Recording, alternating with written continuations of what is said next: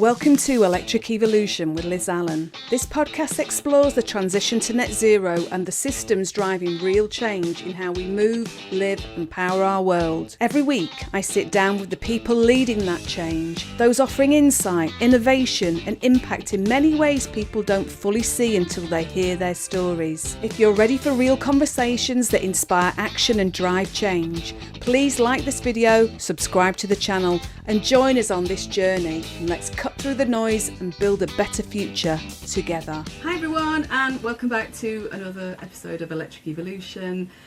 Today I have with me Victoria Hutton, who is a wonderful, gorgeous soul, living not very far away from me, so I should have actually probably invited her around for a cup of tea, although we did do that before Christmas, didn't we? So it's lovely to have you on, Victoria. Thank you for joining me. Thank you very much, Liz. It's great to be here with you and having this chat today. Thank you very much for having me.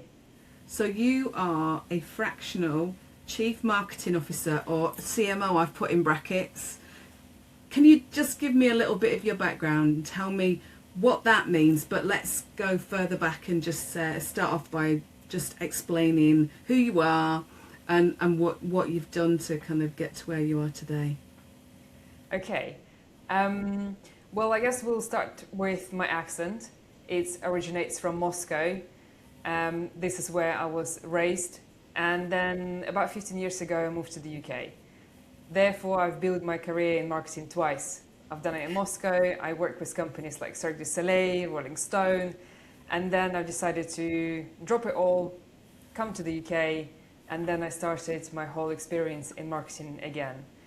And I graduated as a programmer, so digital marketing became more natural for me. My analytical brain, logical, solution-orientated kind of mind drove me towards digital marketing. And it also gave me an opportunity to be industry agnostic.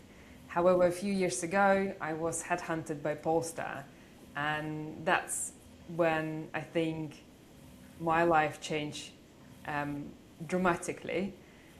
It was a once-in-a-lifetime opportunity to be part of the company who established the first proper Tesla rival. Electric cars were just starting. I was making history. It was also exciting. And then I developed a lot of blueprints in the marketing practices for automotive during that time. We've tested a lot. We had a lot of budget, and I absolutely loved it. I've learned for the first time what does it mean drive electric car, what does it mean to actually charge it, what does it mean to live with it. And then a few years later, I then went to join Instavolt, and I spent a few years there as a head of digital marketing, trying to transform their digital ecosystem and help them to increase utilization of their charges and discoverability of the charges.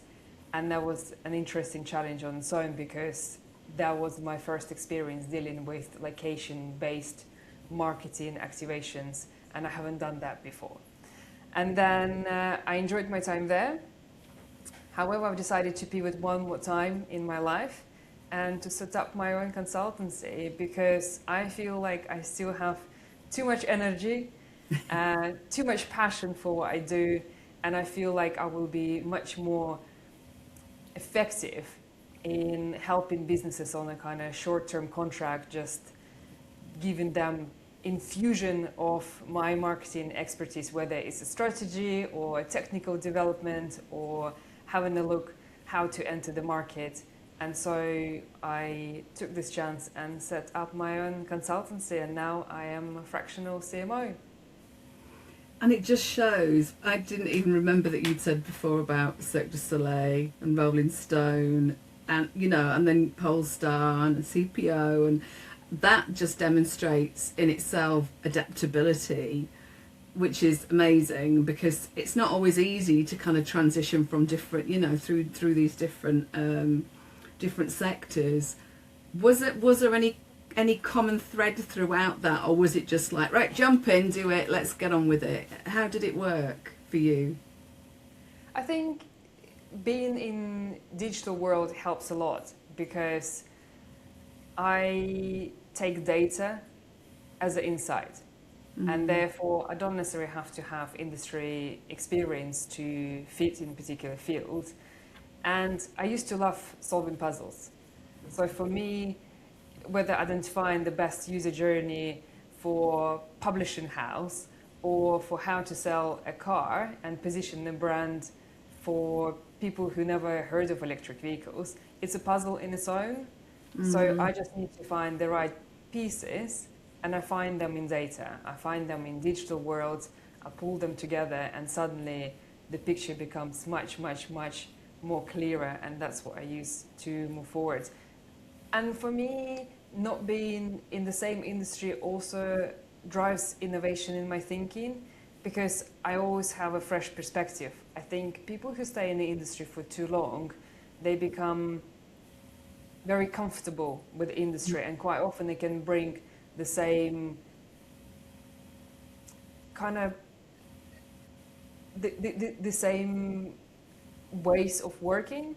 Yeah. Whether if you're coming from a different industry, you have a fresh pair of eyes and you want to see, okay, well, how do I apply the knowledge that I have to something that I don't know? And you start learning a lot, and that's, I think, what I love the most. You constantly have to learn and improve. It's funny because you made me smile before, and I just thought about it when you were talking then about data. And just to let everybody know, before we started recording, we were talking about the whole pence per mile kind of shenanigans. And I basically said, I said to Victoria, so would you be happy to explain pence per mile? Because I'd love to have somebody be able to explain it simply. And you just said, no. But you've got a calculator, so going back to data, you've put a pence per mile calculator together, haven't you? I have. Where the hell did that come from? Well, that's exactly came from your question. Essentially, I was asking myself the same question: what does it actually look like? So, the government decided to introduce 3 pence per mile. It's coming, and everyone is talking about it, but I still can't understand what is it gonna look like. And it's a bit like the offside rule, I think, isn't it, for football? I think maybe there's not many people understand it. I mean, you know. Exactly. And it's complex. Like, calculating tax is complex. Calculating how much charge is going to cost you is complex. And so I just went ahead and built it. And I was able to see it with my own eyes. What does it mean to me in kind of pounds value? What is it actually going to look like when the tax is going to be introduced, and what does it look like versus the classic ICE car? What is going to look like if I was to have a business fleet? And it just became much more visual and useful, and you can play with it and see how it changes. And was there anything that made you think, oh, actually, it's not as bad as people are making out, or did it kind of come across to you when you sort of put it together as if, you know, when you realise, oh, blimey, actually, this is a little bit steep learning curve for people? What were your thoughts? I think my initial thought was the tax itself doesn't make a huge difference. So essentially, whether you choose to drive EV or drive ICE car, the tax is just there. It doesn't make a massive difference. What does make a difference, though, how you charge your electric car.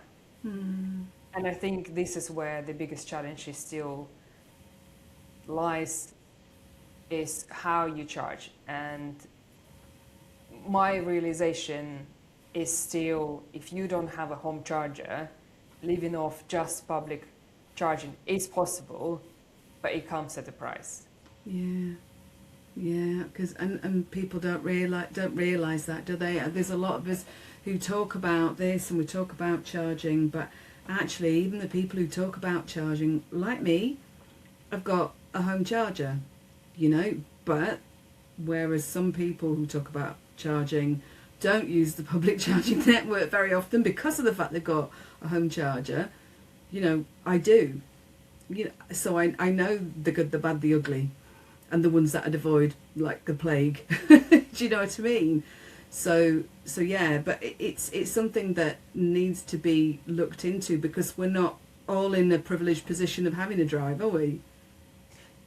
That's true, but I think there are more and more solutions are coming our way that will allow us to charge for cheaper and more sustainably. But the whole idea is overall the electric vehicle provides you with opportunity to be self-sufficient. And I think in current political situation, this is a very hot topic.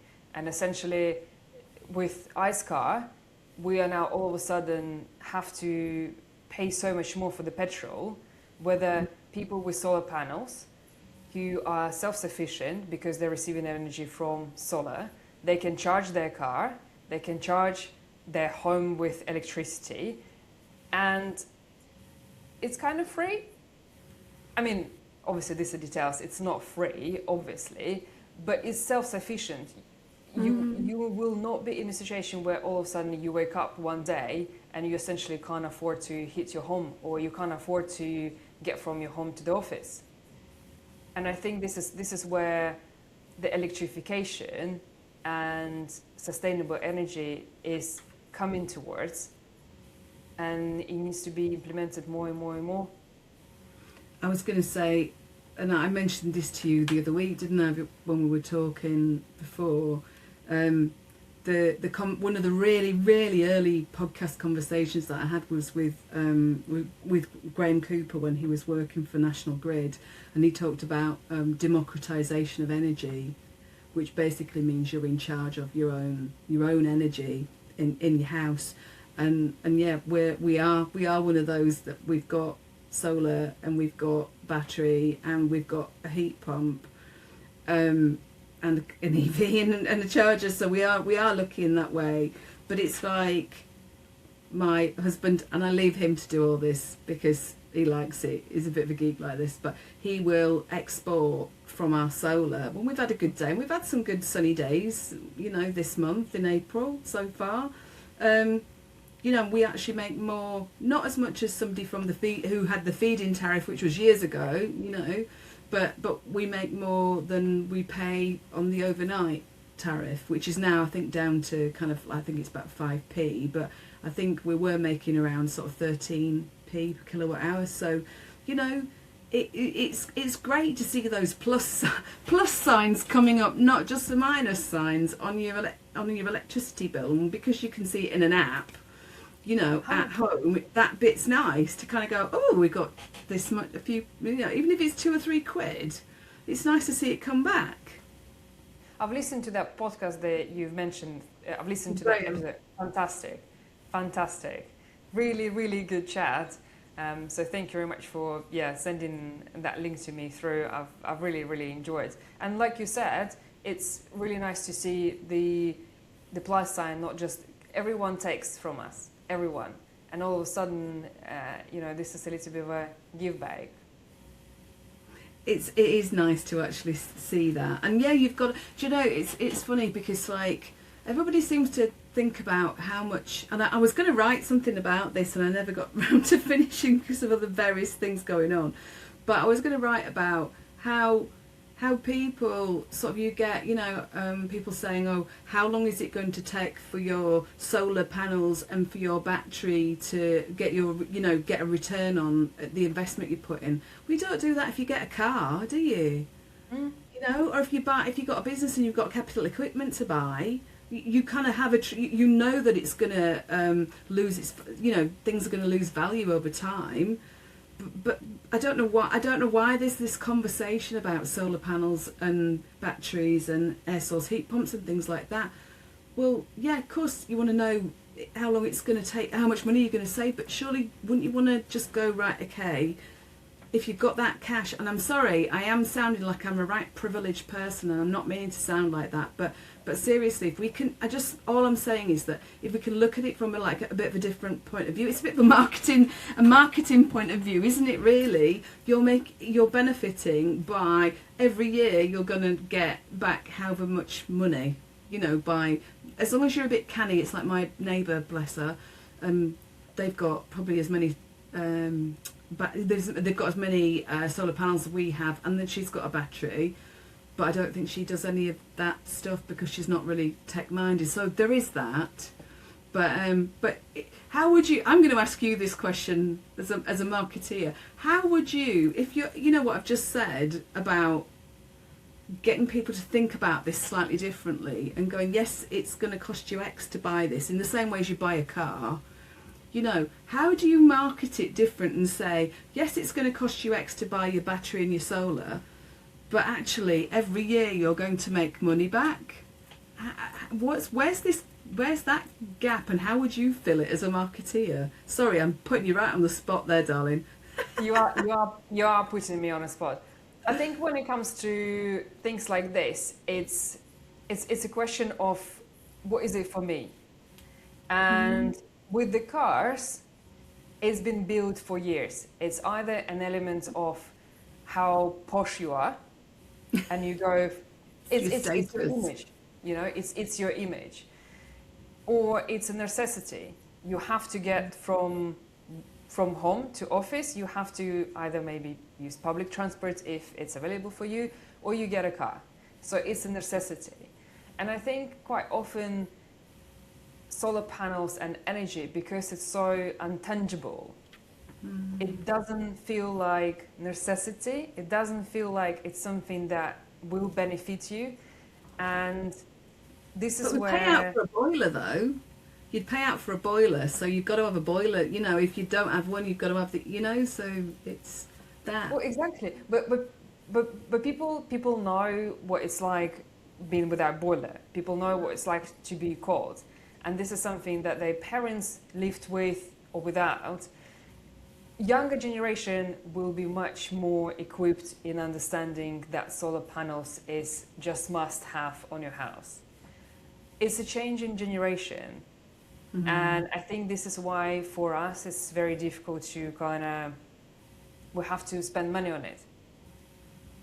For us it's difficult to decide. Whether for younger generation it's not even going to be a consideration. They want clean energy, they want to live in a better world, and they don't understand why somebody has to pay money to get energy in your house if you can just literally install solar panels on your house and get it from the sun, get it naturally. So yeah, I think from marketing perspective, it's just a change of behavior, and a lot of work has been done, and I think governments are doing a good job where they essentially saying the new builds needs to come with renewable energy sources. A lot of new builds houses, they come with solar panels, they come with electric chargers. A lot of grants are still flying around.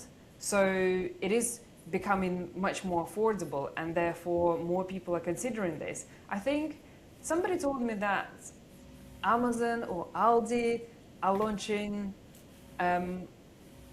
like a cheaper version of solar panels. Are they? So again, you know, all of a sudden a supermarket like Lidl or Aldi are launching solar panels, and people thinking, let me consider this. Yeah. And the prices have come down a heck of a lot. It's funny because like I see my in-laws' house, who they live in St Albans, and they've had the feed-in tariff, and I don't even know how much they get, you know, but they've got probably double the number of panels, but they're a lot smaller, you know, but they probably paid more than we did for our 9 that we've got, and which are a heck of a lot bigger, you know, and I can't remember how many watts they are per solar panel. My husband will be going, there's so many, and I can't remember, but you know, it's kind of, things change so much through the years, don't they, and these things become a lot cheaper, you know. So I'm not saying that people should be on their roofs putting Amazon or Lidl solar panels in themselves, but if you can start seeing it as a regular thing and a way to save money, like going right back to what you were saying before about kind of like the oil crisis at the moment with petrol going up so much and things like that, hopefully people will start recognising, or at least asking the questions about, right, so these things that you put on your roof, what is that all about, and can I save money? Exactly, and we're obviously going back to that conversation now. But I have a friend who lives in Devon, and their house heating is still run on oil. Mm, So mm, all of a sudden, one day he woke up and he paid double the price. yeah. Oh And my this God. is just to heat your house. Mm, And I mean, saying that it's not fair, it means basically nothing. But essentially, I think people are looking towards more self-sufficient ways to sustain your well-being, yeah. and it's a definitely right way of thinking now. And this is where electrification, solar panel, all of this is coming on board. Um, so I have checked how many electric vehicle searches were happening in a couple of in the last few months, since obviously the oil crisis, etc. And I've seen Oh, an go increase, on, but I tell haven't me. checked about solar panels. I should do that. I've done Well, that. so but what are the searches looking like for EVs then? What's that gone up to? There is increase. There is definitely increase, and based on the latest data I've seen, there've been at least 20% increase in searches for anything related to electric cars. But So yeah, you need next one. That's your next one. You might need to be able to create a little app to kind of work out how much it's cost per pence per mile, how much it's going to cost people if they get solar panels and a battery storage and maybe an air source heat pump. You know, that kind of stuff. Because there's still, I don't think it's due to head out the door just yet. But there's still the £7,500 grant for an air source heat pump. I mean, they're not cheap in themselves, but you know, £7,500 off is kind of better than a slap in the face with a big wet kipper.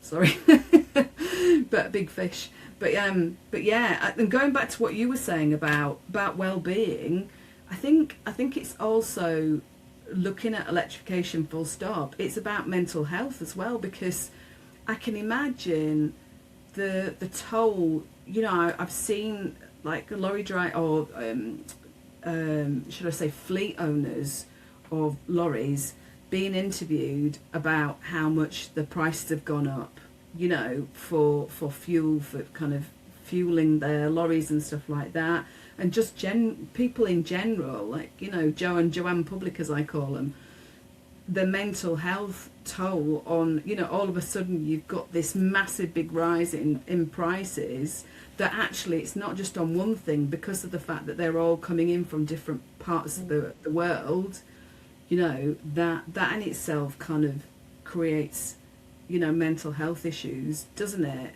You know, so it's twofold. So I hope that, yeah, I hope more people are able to start, or I hope the government manage, you know, to provide more incentives for people if they can.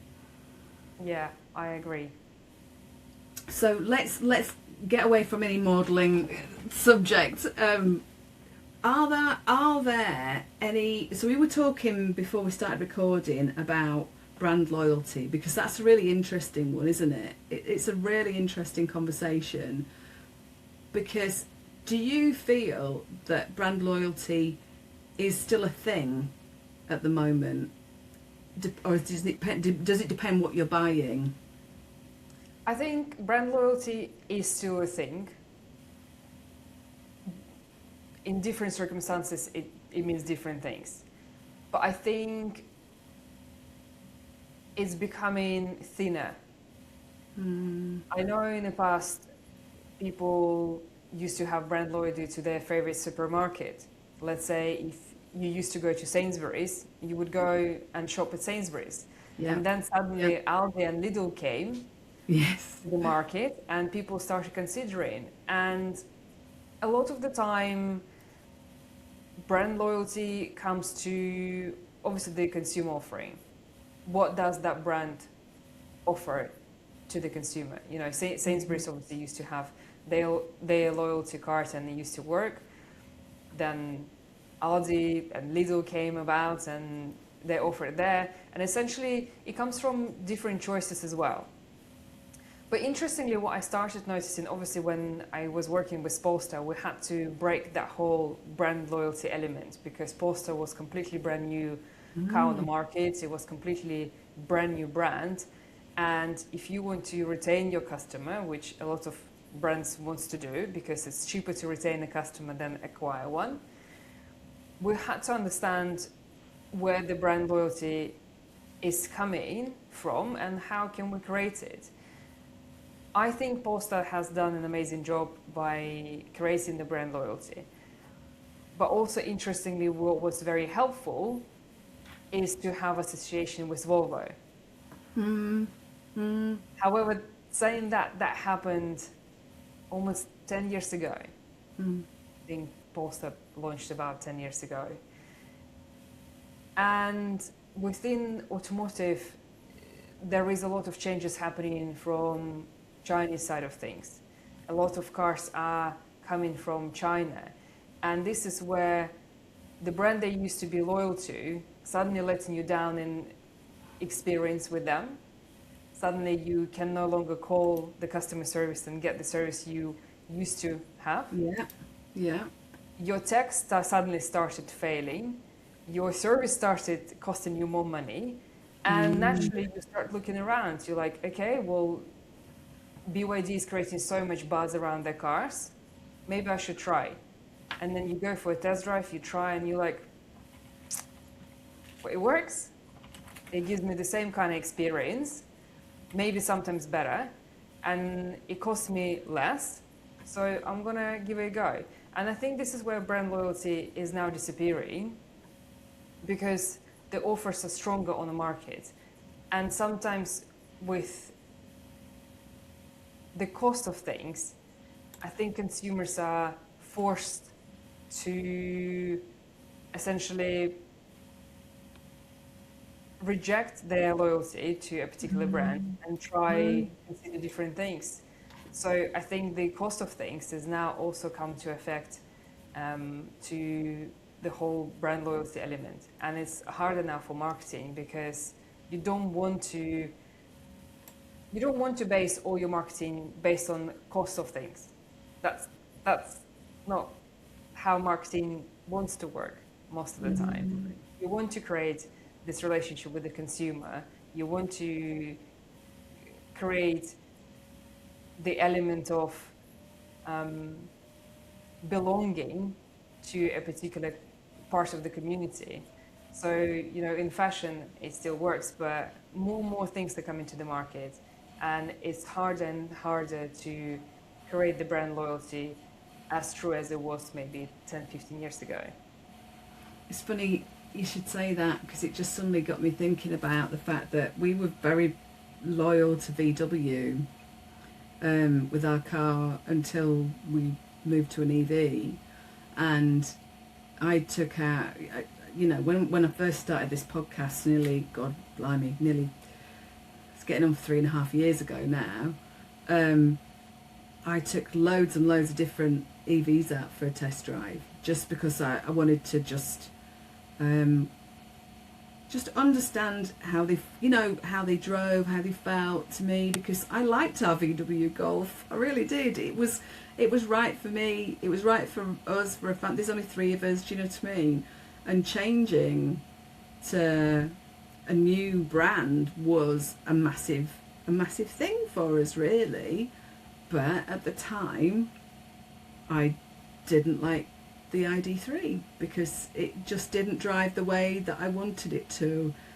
I wasn't going to go for a VW Golf kind of electric because there wasn't a lot of range on it, and it was just one of those things, So yeah, you've got me thinking about when we moved over to an EV. That was a massive change for us, and it is a big thing for people, isn't it, these days? What would you say people do differently now with regards to, like I've just kind of given you the example of us and the VW.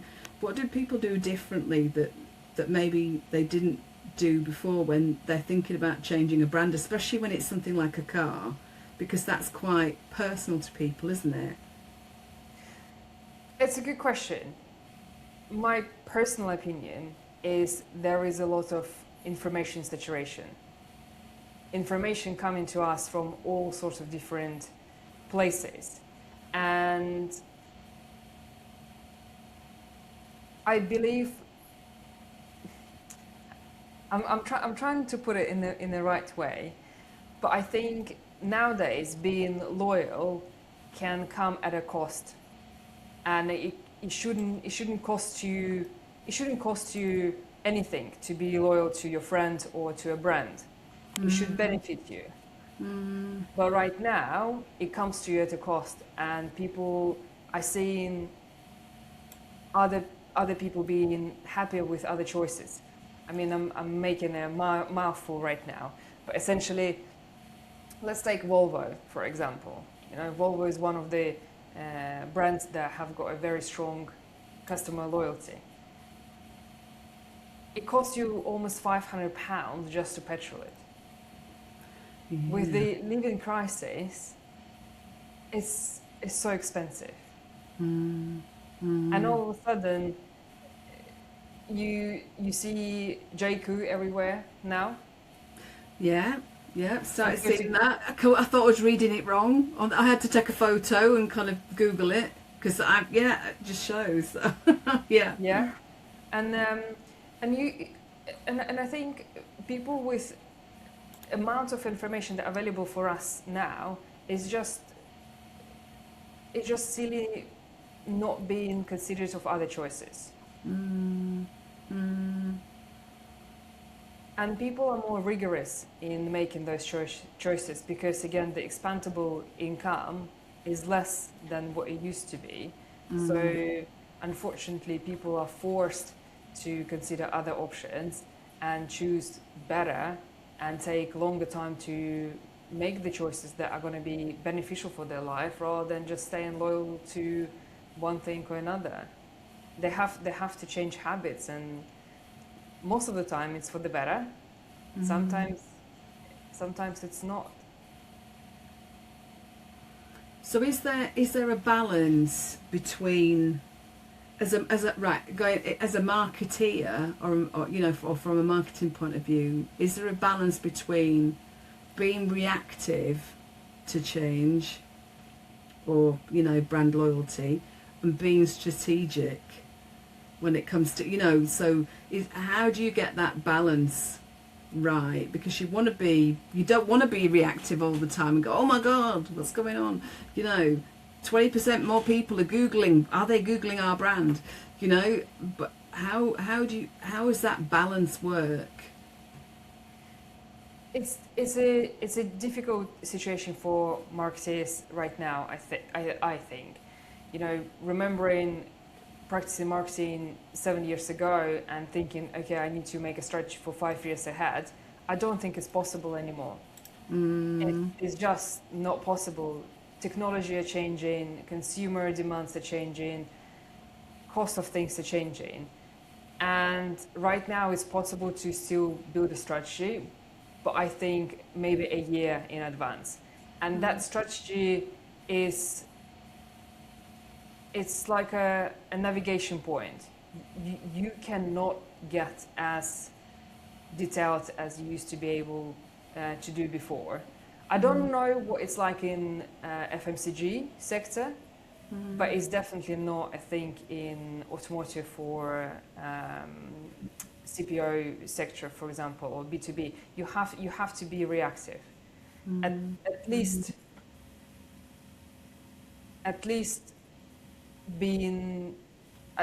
have an ability to be reactive. So if I were to create a strategy now, it would be a year-long strategy with a seasonal point. There is still school holidays, so let's take electric charging as a topic. People go on holidays when there are school holidays. Therefore, uplift in people using electric charging in areas of a holiday destination are going to be higher. So that's one of the points where you can create a campaign about. The same story about Christmas, for example. A lot of people who are working in cities, they go back to, let's say, Midlands or north of England during Christmas holidays. Again, you can create a campaign around it. but opportunity of talking about electric vehicles or electrification during the perfect timing where everyone is looking for it, it's a missed opportunity. You have to have ability to react on it and build a campaign around it. AI changing things so much. People can now create much quicker. People can write much quicker. So things that you would have been talking about in a year time, they're no longer valid. You have to create much faster. You have to put the information out there quicker, faster, in a different structure, because AI have changed the ways that SEO is now working. It kind of forces you to produce content quicker and in larger kind of volumes as well. So from marketing point of view, I think it's an exciting time to be a marketeer, but it's also challenging because it keeps you on your tippy toes. Absolutely. Every available tool and demand is keeping you on your toes. But then it's exciting because you're learning. It gives you ability to learn and experiment and challenge the norms. And this is, I think, what makes it very exciting.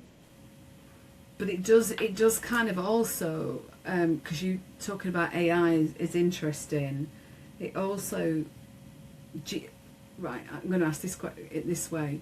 Do you feel that some companies think that because AI is available and there's plenty of it around, that it can replace marketeers? Because, you know, we see in the sector redundancies, you know, and a number of different places, not just marketing, but, and I know that there's this fear about AI kind of replacing people, but what are your thoughts about that? I know I've got mine, and I'll keep my mouth shut until you've done your you said about yours. What do you reckon? I don't believe that AI will completely replace. Let's stick with marketing. I don't believe that AI will replace marketing as a whole. Do I believe that some jobs can be made more efficient with using AI? I do. Let's take copywriting. The amount of time it used to take a professional copywriter to write a good copy can now be done faster. Doesn't mean that we don't need that copywriter anymore. No, it doesn't. It just means that that copywriter can now spend more time thinking strategically about the story that they want to tell through their copy, rather than just being bogged down by proofreading the text they have just written. Do I think that it can replace photographers? Absolutely not. The biggest thing about AI, it can do things very well that have been done in the past, but it cannot create new thing. And therefore critical thinking as a skill is essential right now, because AI can only tell you what's spoken most frequently on the space of internet. But is it the right thing? Maybe not. It's an example. I use AI every day, every single day. And I run queries from the best destination for £1,000, or can I use this cream on my skin if my skin is oily or something? Yeah. And I'm noticing things like it gives me answers, and quite often it's not the right answer. It's the answer that have been spoken more on internet, because essentially I scans the information available on internet, and if a particular product has been spoken about frequently in written, in video, in conversational content, then AI picks it up as something popular. It also picks up reviews. So, for example, if brand is spending a lot of time and effort on reviews, and they write a lot of reviews, then obviously AI knows this product has been reviewed. But the product can be really good, but no one's spoken about because maybe they don't have marketing budget. So that's why you need to go then through professional publications, for example, to find the right product for you. Or you go to your professionals, you go to your beautician and speak to them and say, this is my challenge, can you advise? You know, I've been listening to a podcast just before we jumped on this conversation with you, and somebody was saying, why do you need marketing? Why do you need a professional marketeer? Why do you need marketing if you can do it yourself? Mm-hmm. And a woman on a podcast made a really good example and saying, if you can keep a pair of scissors in your hand and cut your hair, doesn't mean that you shouldn't go to a hairdresser. I like that. Yes, it's very true. And this is the same with AI. Just because AI can generate an image doesn't mean that you shouldn't use a professional designer to create a great image that will truly represent your brand. Just because AI can generate a text doesn't mean that you shouldn't ask for help of a professional copywriter who will be able to elevate your voice and tell the right story about your brand or about your personality or whatever. And I think this is where it's coming. AI is a tool, but the tool needs to be used by professionals who also know how to use it. It's funny, I totally agree with what you're saying about they pick up. You do get bias. Anything becomes biased, doesn't it? And I've actually told my AI off, about please remove any bias that you actually have from this, because, and I've moved from one AI tool to another, partly because I know that one of them is supporting the orange man out in America. We won't go any further than that one. So I've stopped using that one, and I'm using another one called Claude now, which is, I find, a lot more, it sounds daft, human. But it is, they do pick up bias. And my husband was reading an article a couple of days ago talking about AI and critical thinking, like you were just saying. And he was also talking about mobile phones, and that we, as human beings, are losing our ability to, be able to critically think about things, because we're so busy thinking about other stuff, like, oh, have I picked up my messages? Oh, what's going on Twitter? Ew, sorry, I even said that one. What's going on social media? All of these things. Is there something that I need to check on my email? Blah blah blah blah blah. We're just constant. It's like this overload, overwhelm. And I know that's not just AI, but I think we are making a rod for our own back in a way by kind of just and I am a user of AI. I use it a lot the same way as you do, but I also try and actually think about things from my own point of view. And like you said about copywriting, actually writing something, what I tend to do is I will go, right, this is what I want to say, and it's a bit like just verbal I want to say verbal diarrhea. It's really not, but I'll put different ideas into AI, and then this is what I'm trying to achieve, and then it'll come up with some ideas, and then I'll kind of go, no, I don't like that, and I'll change it. That's how I use it. Not everybody does, though, do they? Yeah. But it is about that bias, recognising the bias, and just being able to kind of utilise our common sense and brain power and stuff like that. It's very interesting that you actually mentioned about bias. I was reading a book, and in the book it was basically saying that the whole idea behind AI is to remove the bias. But the challenge is you cannot remove the bias. And it's not just because AI is picking up on information that has happened somewhere in the past or it has got some kind of expiry date. It's because the languages that it uses as well.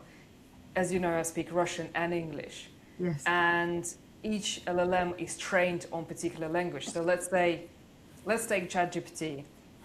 The main base for this language is English. So initial information that this LLM has been taught on is in English. And each language has got its cultural biases. I can run the same query or I can run the same prompt in English and in Russian, and I will have different results. I can use, and again, I can, for example, use the same prompt in ChatGPT, in Claude or Manus, that is done by China and trained in Chinese language. And again, you will have completely different results. And this is where you said quite rightly, you have to apply your critical thinking and you need to understand what exactly you're looking for in order to be able to pick these little things up. AI has now been with us for over 3 years. The information is becoming overwritten again and again, and it's been overwritten by AI. It's more and more important now to be able to still introduce your new thoughts and write about them and talk about them in your own way as well. Yes, you can use AI to make it clean. For example, for me, it's an amazing tool because it proofreads everything I do. And this is where I'm getting nervous the most. I want to make sure that everything I write is grammatically correct. And I just put it in AI and just say proofread, right? It's brilliant for me. Or if I have to translate things very quickly from English to Russian, because I actually forget Russian language now. So sometimes when I try to speak about what I do in Russian language, I find it very difficult. So I'm like, oh, how do I say this in Russian language? But it's very interesting about biases. I think people need to be aware of biases and everything being essentially templated if they don't apply their own creative elements to everything that AI outputs. So what do you, if we just kind of talk a little bit about the things in marketing that you've got to think about when it comes, I know you kind of mentioned some of it, but what, you know, going back to what you said about brand loyalty, is using AI for marketing when you're thinking about brand loyalty, is that a good thing? I guess it depends on how you use it. Let's have an example, right? The brand loyalty creates when brand can offer something that essentially will make you be loyal to them. It's not just a repeat purchase. You know, just because I buy iPhone every single time, it doesn't mean that I have loyalty to Apple. That's not the same. The brand loyalty, in my view, is that experience that the brand offers you when you interact with that brand. And that experience cannot be created by AI. No, it's very true. We are still human beings, and most of the time, the experience is from the people associated with that particular brand and you as a consumer. If you always had a good experience with Mercedes-Benz because that particular dealership was always kind to you and they would offer you coffee and a cinnamon biscuit, that's where your loyalty becomes. It's not to the brand itself, but to the people who represent the brand. And AI cannot replace people. And I think maybe that's another reason why the brand loyalty now suffering, because we're removing the personal interaction more and more. Everything becomes AI'd. Chats are becoming AI'd. You can't even call customer service to speak to a human being. It's now a challenge. And yeah, of course, no wonder that it's disappearing. So in a way, AI is good for brand loyalty because you can get somewhere quicker and you can understand your consumer better let's say I can help you to analyze data and know that majority of your customers really like this cinnamon biscuit versus another cinnamon biscuit, right? So next time on their visit, you can offer them something that is better for them. It can also allow you to remember a particular wants and needs of particular customer. It's an amazing tool when it comes to customer relationship management and personalization of communications. But when it removes that element of speaking to the person or experience that you having with a particular brand, that's when we start suffering, and that's when AI is having a negative impact on brand loyalty. It's, do you know what? I'm going to ask you one more question in a minute, but it's just dawned on me the whole thing about people think, or companies thinking they can remove people and replacing them with AI, so therefore you're using a chatbot which isn't trained properly, and I've had this exact experience with a parking fine. There you go. That I was just literally going round and round and round in circles and saying, no, this is not what I'm wanting to say. I'm wanting to say this happened. And, and it just, these things like AI and other things, it does take away that personal experience, doesn't it? And actually, it might be, this is what I'm trying to say, it might feel like you're reducing headcount by making people redundant or removing people and changing them and using AI systems or chatbots and things like that. But when it comes down to it, there's going to be something else that comes on. And from an improvement point of view, what I'm seeing and I'm experiencing is the things go on to complaints then. So yeah, great, you've lost 2 or 3 heads because now you're utilising whatever means, but actually then complaints start trebling. Yeah. So you need those two or 3 people in complaints, when actually offsetting those costs probably would have been better to keep those heads, and that, and actually have them moving around a little bit as well, so that they can do kind of customer support, but they can also do complaints and things like that. It's just I'm not saying it's a waste of money, but it's things that I think some companies now need to start looking at. Don't you reckon? Yes, I 100% agree. Yeah.